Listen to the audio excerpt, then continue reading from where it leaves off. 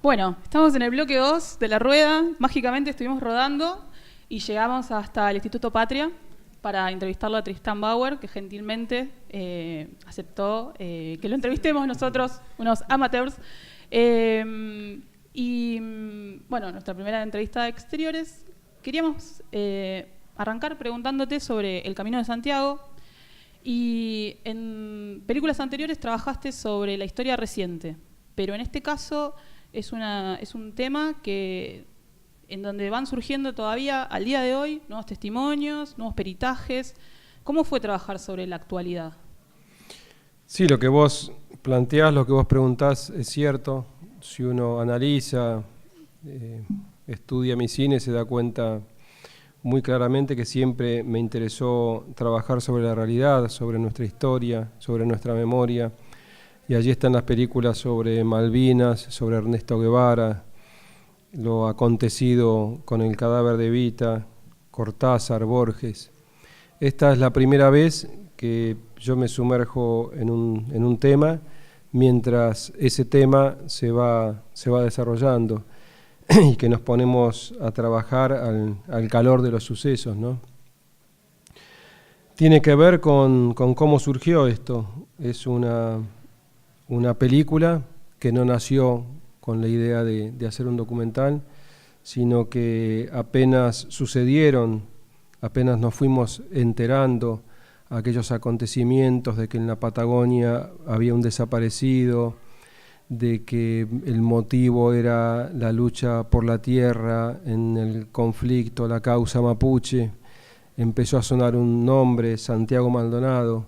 Frente a esa situación, un grupo al principio muy pequeño y un grupo donde había jóvenes muy jóvenes que algunos ni nos conocíamos, empezamos a plantearnos la idea de darle visibilidad a esta historia y de que nuestro trabajo sirva para esta lucha que empezaba a surgir, aparición con vida de Santiago Maldonado.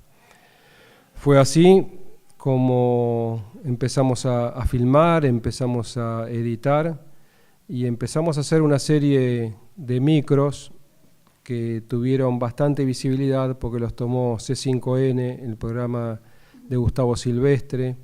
Se levantaban también en la página web de Página 12 y allí empezó a ponérsele imágenes a nuestra Patagonia, a los personajes que poblaban la historia y al propio Santiago Maldonado.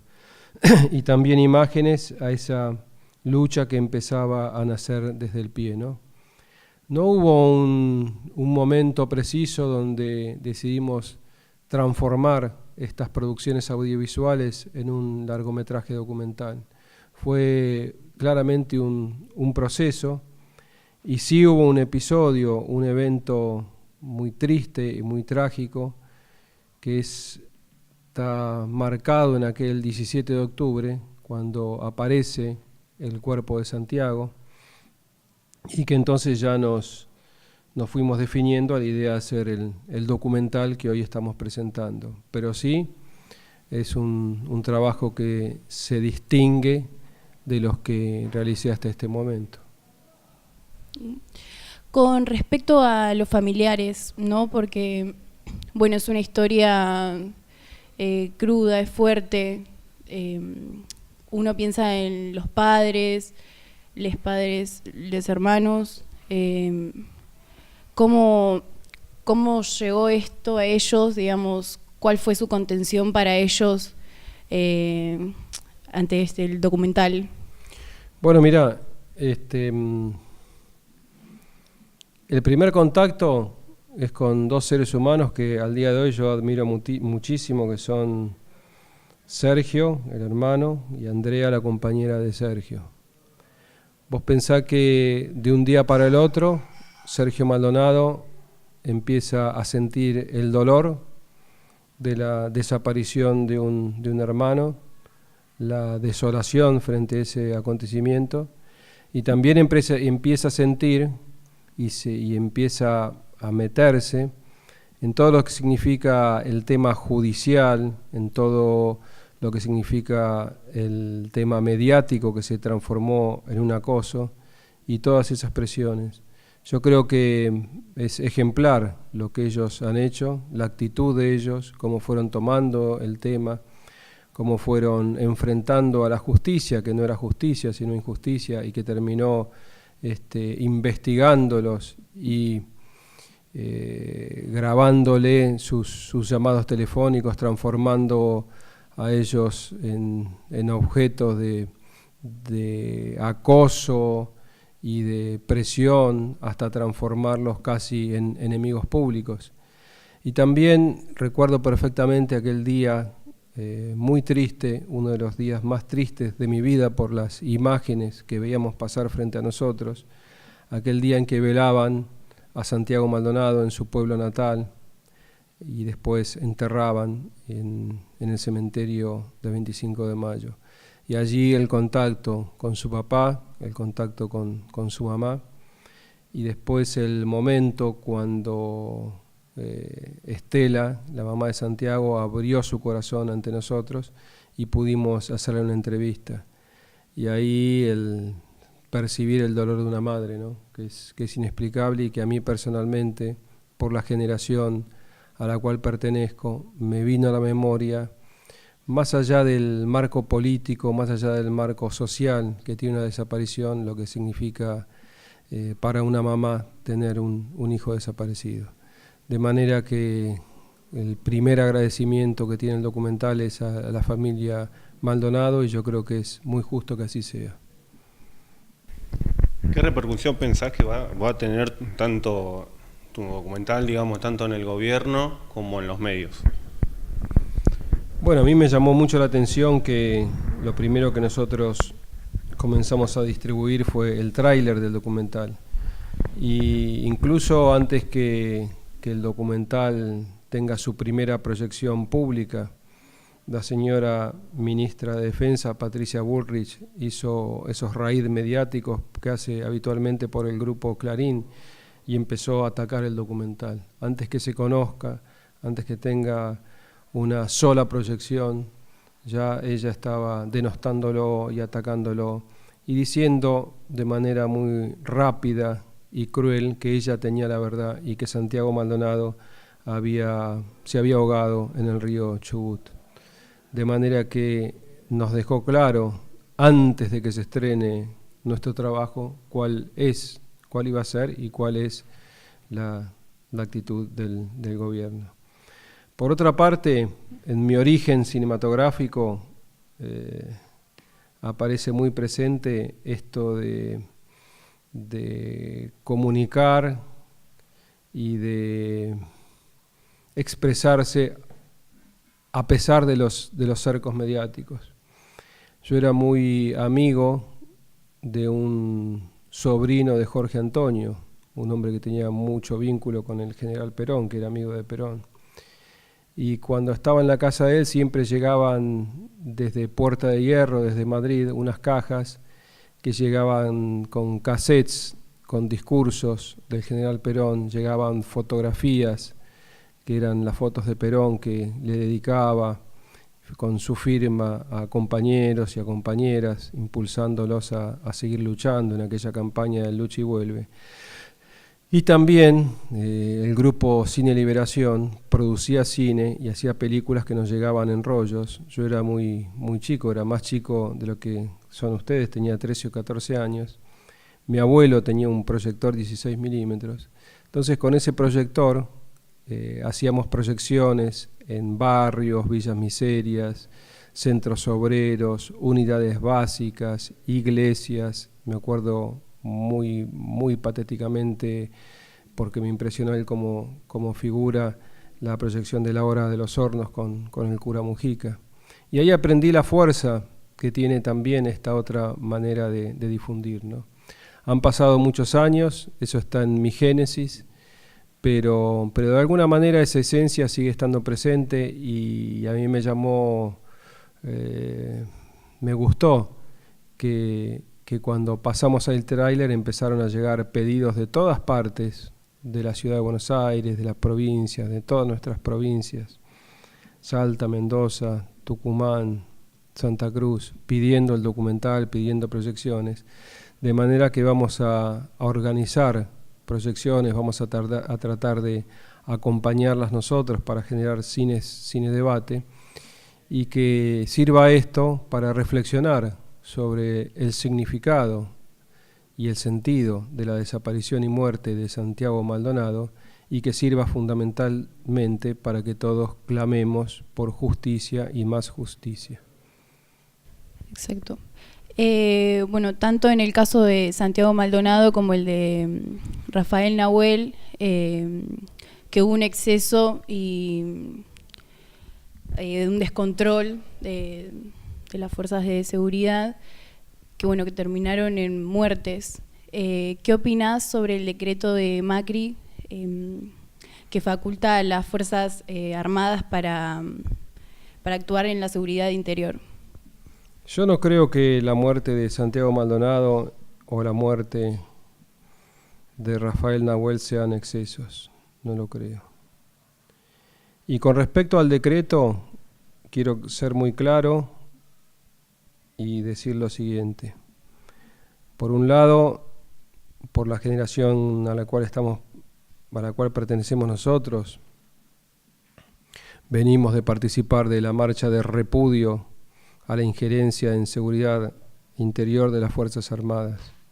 Y eso lo vamos a mantener y lo vamos a defender siempre. Pero creo que hay que tener mucho cuidado con este tema. Los países, y los países de Sudamérica sobre todo, necesitan estados fuertes para defender la educación, para defender la salud, para defender el trabajo. Pero también hay una función fundamental del Estado que es la defensa de la soberanía. Y en ese sentido, el rol de los ejércitos es un rol muy importante.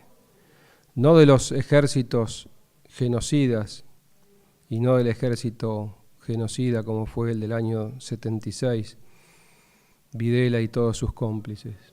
Pero sí el ejemplo, y que tenemos nosotros de sobra aquí, los argentinos, como nuestro general San Martín, Manuel Belgrano, el general Mosconi o el general Perón.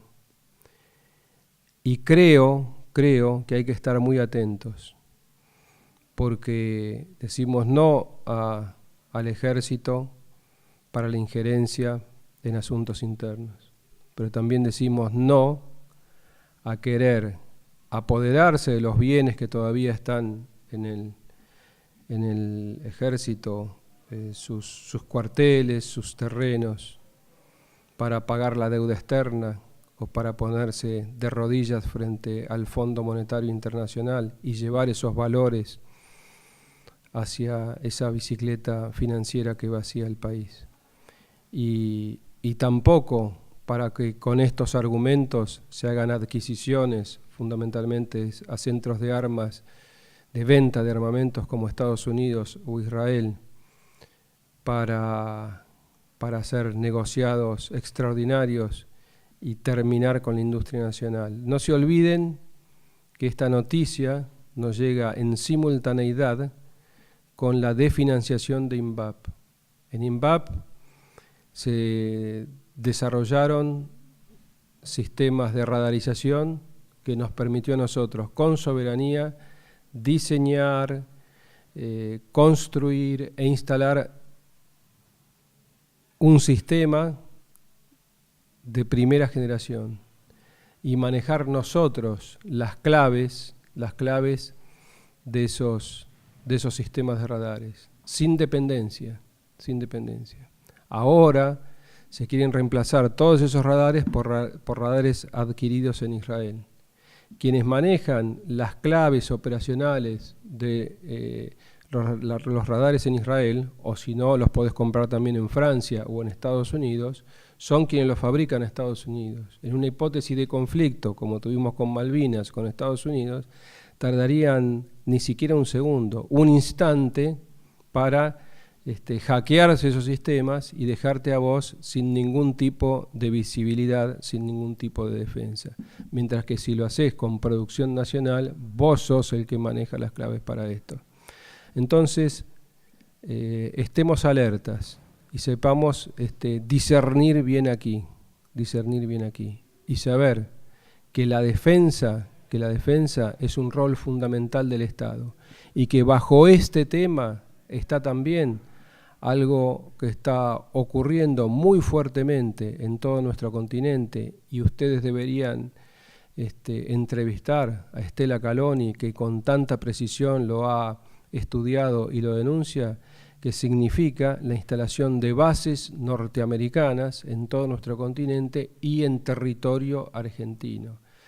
Bajo estos pretextos, se arman sistemas de comunicación que dejan desguarnecida a la población y que les parece y hasta que aplauden que lleguen bases norteamericanas, con lo que significa eso de pérdida de soberanía. Muy interesante casi. ¿Cómo es el sistema de medios estatal hoy por hoy en la actualidad? Bueno, el sistema de medios, lo que te puedo decir que es muy distinto a lo que nosotros pensábamos. Nosotros cumplimos con lo que nos indicaba la ley de medios, que un 33% del espectro tenía que estar en manos de medios públicos, y entonces medios que estaban demolidos por los gobiernos neoliberales se fueron fortaleciendo, aparecieron nuevas señales como Encuentro, como Paca Paca, que fueron la vanguardia, el motor para transformar todo el sistema mediático.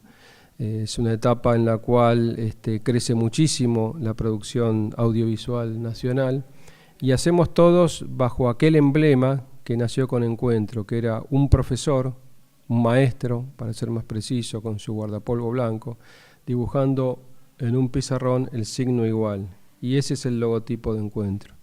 Lo primero que hace esta gestión es sacar ese signo igual pintado en un pizarrón, dibujado en un pizarrón, y poner ese signo igual roto, es decir, se quebró la igualdad. En eso estuvieron bien, porque dejaron su marca, y la segunda acción fue sacar a Canal Encuentro, a Paca Paca, del Ministerio de Educación. Ya no son más canales educativos. Y a partir de ahí toda la señal, todas las señales que fueron destruyendo, y el desfinanciamiento y la pérdida total de audiencia y tantas cosas más. Y aprovechemos esta oportunidad una vez más para pedir y solidarizarnos con los 357 compañeros de TELAM, y todo lo que significa la pérdida de trabajo, que curiosamente es celebrada por quienes hoy conducen los medios públicos. Bueno, para ir cerrando la entrevista, quería preguntarte sobre el título de la película, El Camino de Santiago, si es una referencia al camino que muchos peregrinos hacen desde distintos puntos de Europa hasta Santiago de Compostela, donde supuestamente está la tumba del apóstol Santiago. Si ves como todo este proceso que está viviendo la familia de Santiago como un proceso de peregrinación hacia la verdad. No sé si tiene alguna relación o no, me pareció muy sugerente el título. Está muy bien la pregunta, y una querida amiga que de alguna manera es la que nos conduce y condujo a este grupo que se fue conformando. Cuando hablábamos del título dijo: El Evangelio según Santiago. Y ese título a mí personalmente me marcó mucho.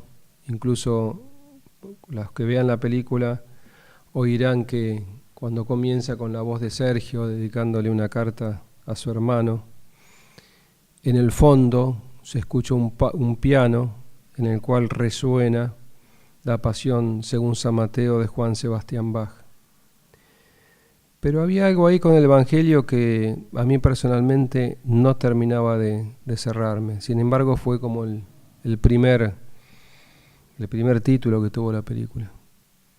Y de repente apareció, y recorriendo la Patagonia, y con la posibilidad de filmar los drones y recorrer los ríos como si fueran caminos, y recorriendo también esos caminos y esas rutas, y el significado de la ruta en la desaparición de Santiago. Apareció también la idea del Santiago viajero, ese peregrino solidario que andaba por distintos países, por el Uruguay, por Chile, por nuestra Patagonia. Y nos pareció que era un nombre adecuado. Y esto de la idea de, por un lado, que tiene cualquier camino, ¿no?, de la búsqueda de un destino y saber, como decía Galeano, que ese destino siempre se va corriendo, o como dice el otro gran poeta, que se hace camino al andar. Por eso creo que finalmente decidimos ponerle ese nombre, el Camino de Santiago, y sellarlo con esas otras palabras que tienen tanto sentido simbólico en nuestro país, ¿no? Desaparición y muerte de Santiago Maldonado. Me parece que fue adecuado y estamos conformes con la decisión. Y sí tiene que ver, para cerrar bien tu pregunta, con esto del peregrinar por la vida. Bueno, queremos agradecerte, Tristán, por esta oportunidad. Por supuesto que te esperamos en Tigre, si querés hacer algún cine debate con la película, que es un tema que nos interesa muchísimo. Y bueno, y desearte lo mejor y esto, que la película se vea mucho, que genere debates, que concientice a los ciudadanos y bueno, que ojalá tengamos justicia en algún momento, más temprano que tarde, pero que tengamos justicia. Y que sepamos la verdad. Bueno, muchas gracias y de corazón felicitaciones por el trabajo que ustedes hacen, porque es muy importante. En esto de lo que a ustedes se dedican, que es la comunicación, no hay ni pequeño ni grande. Y estamos en un país donde se enfrentan grandes monopolios comunicacionales, el sentido de la reciente fusión de Cablevisión y Telecom y lo que significa ese monopolio mediático, ¿no? Y parecería que un espacio de comunicación como el que ustedes hacen no le puede hacer mella ni puede rasguñar. Pero yo me formé, me tocó ser jóvenes como son ustedes ahora en la dictadura, y me tocó ir con una cámara de fotos, ir acercándome y visitar a las madres de Plaza de Mayo cuando estaban en una soledad desgarradora allí, y lo único que tenían como arma no era la radio que tienen ustedes, sino que era un megáfono. Y esa voz de las madres, la voz de Eve, que parecía tan chiquita porque era una mujer, y tenemos acá un pañuelo verde que representa la lucha de las mujeres, con un megáfono. Y del otro lado había un sistema mediático que era la totalidad de los medios en manos de la dictadura militar. Y ese megáfono que decía y clamaba, como vos reclamabas recién, por la verdad y por la justicia, finalmente fue mucho más fuerte, mucho más contundente que todas las barbaridades que se decían de los diarios, desde las radios, desde los canales de televisión de la época. Y esa voz que nació en esa plaza y en ese megáfono trascendió a la plaza, trascendió a la ciudad de Buenos Aires, trascendió al país y se transformó en una de las formas de lucha que sigue siendo símbolo, ya no para un país, sino para la humanidad toda. Así que felicitaciones y sigan esos ejemplos y ese camino. Bueno, muchas gracias. No, gracias a ustedes. No.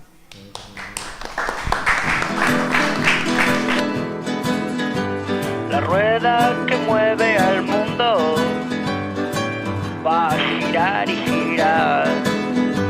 La rueda que mueve al mundo va a girar y girar. Dinero